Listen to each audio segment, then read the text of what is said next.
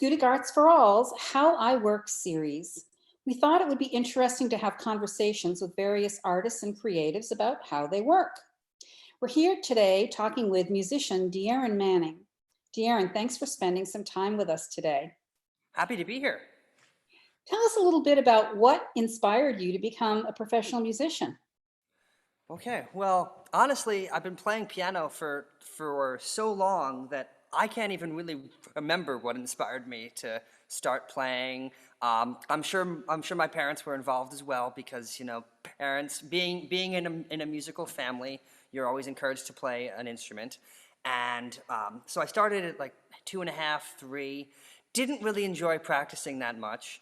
It was kind of a chore that you had to do, like, clean your room or something like that. But then, like, by the time I was like between 7 and 10 or so, I started to take it more seriously. I remember it was about that time that I started really listening to pianist Arthur Rubinstein, who was a pianist. Something about his tone really captivated me, and he had this singing quality to his tone. And I would say, like, throughout my life, there's been different sources of inspiration as well. Going into college, I studied for my first 4 years of college at Indiana University with Edmund Battersby. He also had that same singing quality of tone that I was talking about with Arthur Rubinstein. Um, he used to always say that uh, at a piano is just like a collection of mechanical things. There's hammers and that hit the strings, which is kind of a very aggressive motion, and all this mechanical stuff. It's like a mechanical box that we as musicians have to make sing, and have to find a way of doing that. So I think that's what inspired me during my college years, and to some extent now as well.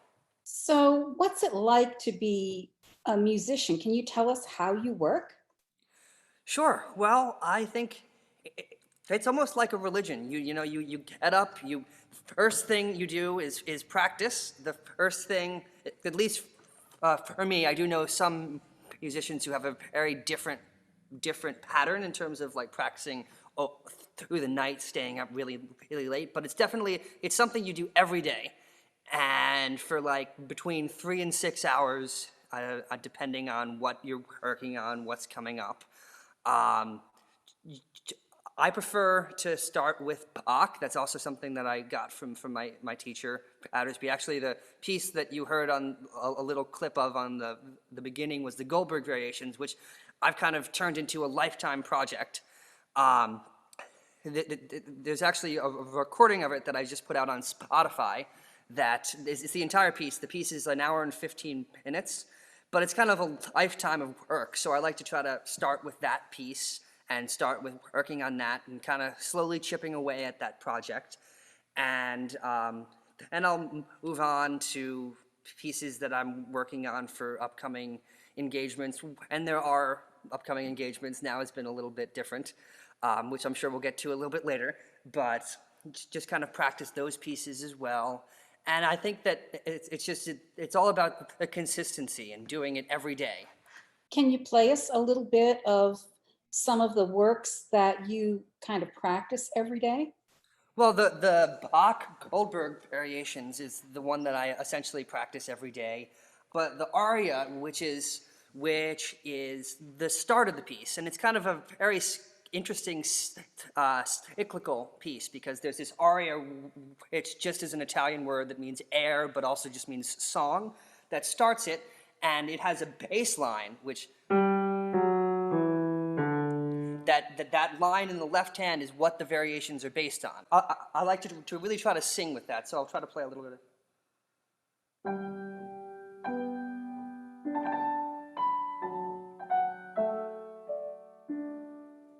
But you see, with that, there's like a different kind of a ringing quality to it that you don't get as much.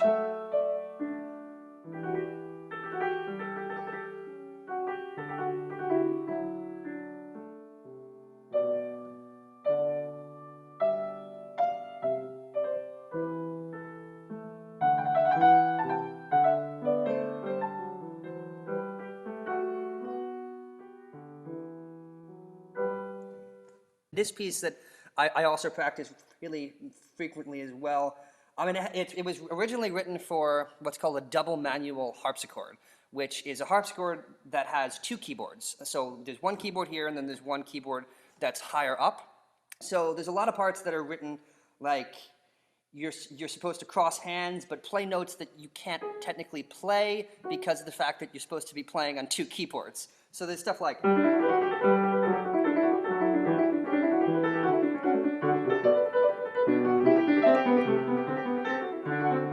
That's the piece that I like to practice every day. And actually, recently I was just practicing the Schumann Dichterliebe, which I don't have memorized, or I'd play it with you because I was playing it for a singer, and you always have the score in front of you when you're collaborating, because you know if something happens, the piano score always has both parts, so you're able to jump and catch up a little bit easier if you have the music in front of you than if you're just playing from memory. But That's a very interesting point about when you're talking about collaborating with a singer. There's a line from Gilbert and Sullivan, I know the value of a kindly chorus. So, choruses grant little consolation. well, that's wonderful. So you really spend most of your day, every day, practicing. And tell me how do you maintain your enthusiasm and your energy for doing that? Well, honestly, there are some days where it's a little bit trying and a little bit difficult, but I think that having a goal in mind, having something that you're working towards, and that's actually why with the Goldberg variations, that was kind of my early pandemic goal. I had been working on that piece since college, and I wanted to have that be a goal of something to record and put out there, and because that was the time when we were in lockdown. Having that goal kind of helped go through that, and also like having the concert goals that we've been doing streamed concerts from the hall. Having that as well kind of keeps you going forward with music and with practicing. Would you play us a little bit more? Sure. Let me just think.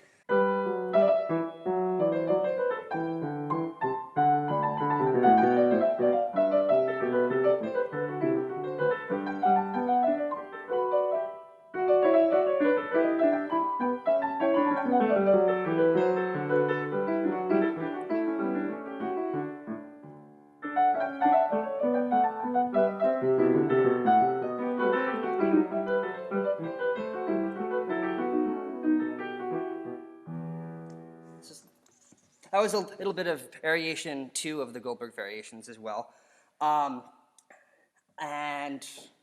that was a contrapuntal, meaning that there's melodic lines that kind of weave their way back and forth in it. There's also the.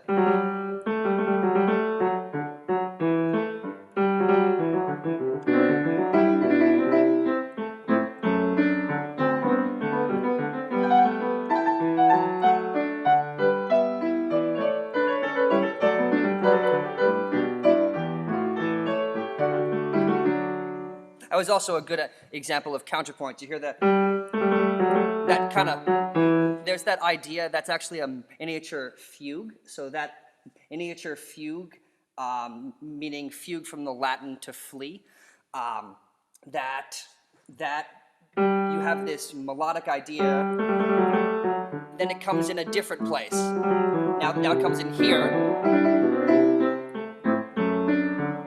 Now it comes in again. And then last,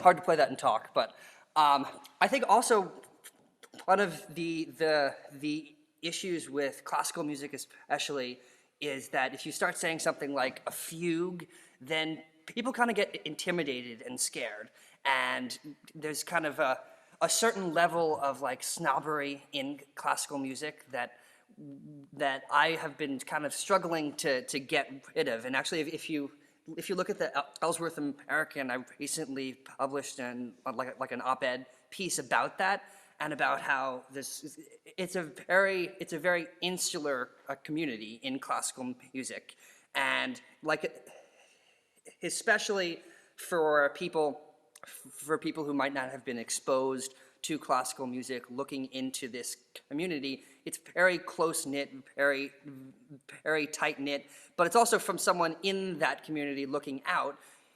You have this kind of code of conduct that you have to adhere to, or there's the expectation of, oh, well, you won't get given gigs if you don't adhere to this code.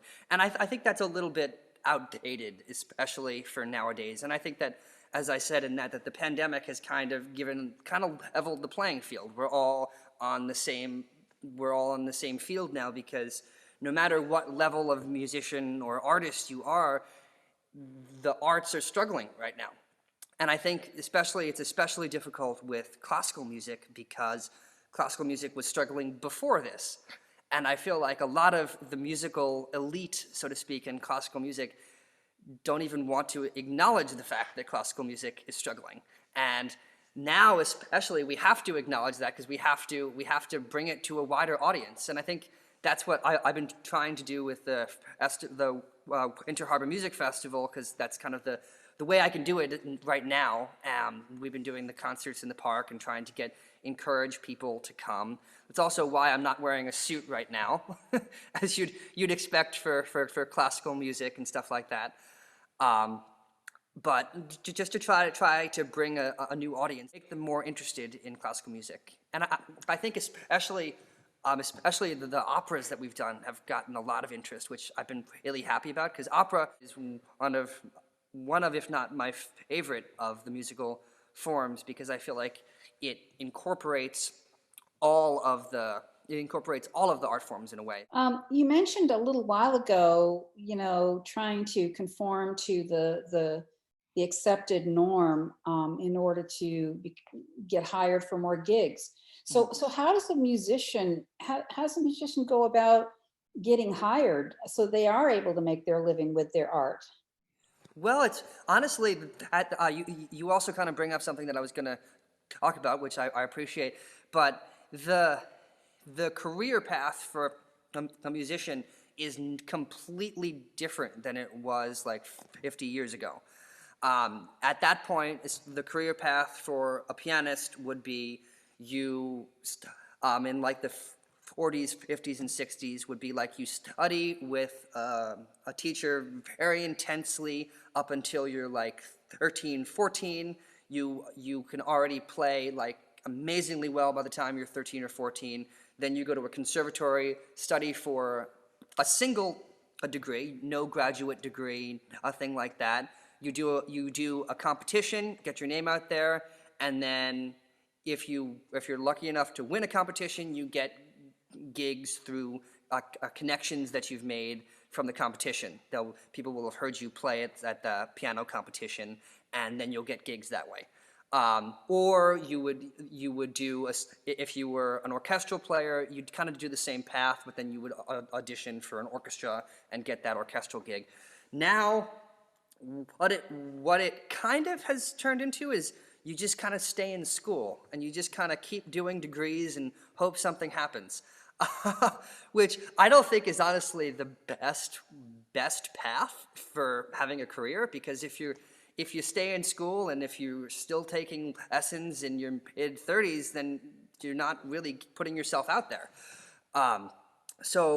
And the career path for orchestral players, in terms of you go and you audition for an orchestra, that's still there, but I mean, now it's obviously not really as present, because the Metropolitan Opera Orchestra, New York Philharmonic, their orchestral players have been laid off, and they are laid off without pay, which is unfortunate and very sad for the arts. But that, in pre-pandemic times, that was still the case. You could still audition for an orchestra. The problem was that there is a lot more schools now, and there's a lot more schools just churning out good players, and there's a lot fewer orchestras, and there's a lot less interest. So that is kind of capped off to a point where it's also on the decline. But the career path for a pianist is much more ambiguous, in the sense of you could still do the competition route, except in the 60s, in the 50s and 60s, there were only like a handful of competitions. So it was much more important to have won a competition and to have like made those connections at a competition. But now, like, everyone has a competition. There's so many competitions, and there's the internet, and it just means that the world is so much more competitive in that regard for classical musicians and for artists of all kinds. Especially with the internet, has opened up possibilities, but it's also opened up competition globally. Um, so that competition path is still kind of there, and a lot of musicians think that, or pianists especially, think that, oh yeah, I'll go win the Chopin International competition, and I'll be a famous pianist. I couldn't name any of the winners in the past 10 years of the Chopin piano competition, and it I'm sure there are people who are very invested in the competitions who could, but for me personally, if I don't like their playing or they haven't made that much of a name, then it's not really relevant anymore. I think also in terms of how you get gigs, a lot of how you get gigs is through connections in music. And if you play someplace and you meet someone, then they might have another opportunity for you. But honestly, the gigs are not really as good as they were in the past, unfortunately. So, Deirans, what are the different components in your life that that where you use your music in your career? The I I'm not guess what quite I'm, sure I understand like the different. yeah, I'm trying to figure out how to ask you this. So you play for concerts, but you also teach, do you not? Yes, yes, okay. I think I understand where you're going. So yeah, I teach piano. I teach group classes and private lessons of piano online right now because of the pandemic. But I also sing. Some of you watching this may have seen the opera in the park this summer, where I sang the baritone role. It was a lot of fun.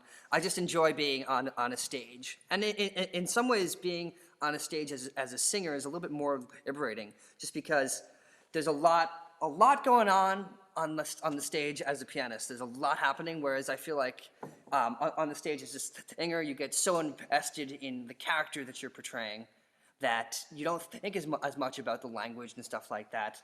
But I mean, of course, that's different for singers and different for everyone. Um, I have taught voice and I've taught singing, and I also have done what's called vocal coaching. It's kind of another thing that's a little bit on the way out now, because a lot of singers are just continuing to take voice lessons when they're much older, as opposed to in the past they would go to someone called a vocal coach, who was basically a pianist who knew a lot about singing, and they would give them advice about how to line things up with the piano part or the orchestra part, and they would give them advice about language and like German diction or Italian diction and stuff like that. So I have done that. I've also conducted a little bit. I haven't done that much, but I have a little bit, and I feel like I'm forgetting something, but there's I don't know. I'll probably think of it later. Just Um, a lot. when you're when you're talking about singing in a foreign language, German, for example, Mhm. how does a person do you speak the language? Do you learn what the words mean? How do you sing in a foreign language that's expressively telling the story that was intended to be told? Ich spreche ein bisschen Deutsch, aber nicht so viel. I just said I speak a little bit of German, but not too much. I could probably get by ordering food and asking where the bathroom is and stuff like that, if I was actually thrown into a German situation. But as a singer, you would take what's called a diction course, or you would learn the diction of the language and the pronunciation rules. So you'd learn what letters make what sounds, and then you would have to go through your score and translate. And you could use the pre-provided translation that comes in your score, but usually what that does is that's a phonetic translation, so it lines up with the different notes in the music. so it might not say exactly what's being said with the German translation. That's why I prefer to do operas in the original language, even though you might not get everything, just because it still says what is actually intended to be said and it's not changed. So you would learn what you're saying and what the specific actions mean. And I feel like after a point of doing a lot of singing in the different languages, you get familiar with what specific words mean, and you get kind of accustomed to that. I'm going to ask you now, what is something that you want to be asked? What do you want people to know about? Or should I just say that? What do you want people to know about? Well, I want people to know basically a lot of what I've already said, that classical music is not something for the elite, and it's not something that has to be snobby. And I feel like if more people kind of embrace that, I feel like there'll be a future for classical music, and also, it, I think that they will get a lot out of it as well, because there's a lot of complexity in classical music, and even if you don't understand all the complexity, I don't understand all the complexity, you will still get something out of it. I'm so glad to hear you say that. I can remember going to my first classical concert. It was chamber ensemble. I was an adult, and the nice piece of music ended and nobody clapped. And I was like, why aren't they clapping? So I think that's got part of that stigma has got to do with people don't know how to behave and are afraid of making the wrong move. Yeah. So I'm so appreciative that you're bringing this back to Yeah. just enjoy yourself. Kind of going along with what you were saying about applause and stuff like that. That's actually, if it was being played during the time that the composer wrote it, there would have most likely have been applause at that point. But a lot of classical pieces are divided into sections called movements. So there'll be like a piece that's like 20 minutes, but there's 3 different movements that each of them have a slightly different character. But in the time that the composer wrote them, if people really liked the first movement, then they would all applaud, and there wouldn't be any like, oh, you shouldn't be doing that. That's a very like 1890s approach that I think we need to get rid of. I think that's a really good philosophy. So speaking of the pandemic, how has the COVID-19 pandemic and isolation affected your music? Well, I think it's given me a lot of time to reflect about career direction, and as well as just giving me time to practice. Because when the pandemic started, I was accompanying school in Brooklyn. I was playing concerts. I was also teaching at 2 schools. I was conducting an opera on Long Island. I was singing in an opera in the Bronx. I think there was at least 1 or 2 other things, but I basically had no time. So practicing was difficult. It's hard to kind of develop as an artist or a musician or as a person if you're constantly running back and forth. So I was driving out to Long Island for an hour, then on the train to Brooklyn, and this has kind of just been given me time to slow down a little bit and reflect on myself, my career, and also on my playing. That's a narrative that I've heard from several artists, that they're staying home, they're stocking up on art materials, and stay home, stay safe, stay creative. Yeah. Deiran, is there anything else in conclusion that you'd like to tell any of our listeners about your work? Yeah, so I think just one small thing, especially as a pianist and a performing artist, I feel like we have to struggle to find ways of doing performances in person that are safe. Obviously, I never would want to jeopardize anyone's safety or health in any way, but I feel like there's no substitute for being able to hear something in person and to not send it through the computer. Well, let's hope that we'll all be able to gather again for live Yeah, performance really. sometime soon. Thank you Yes, so much for taking the time to spend with us, Deirran. It's been really absolutely. interesting listening to your your thoughts and ideas.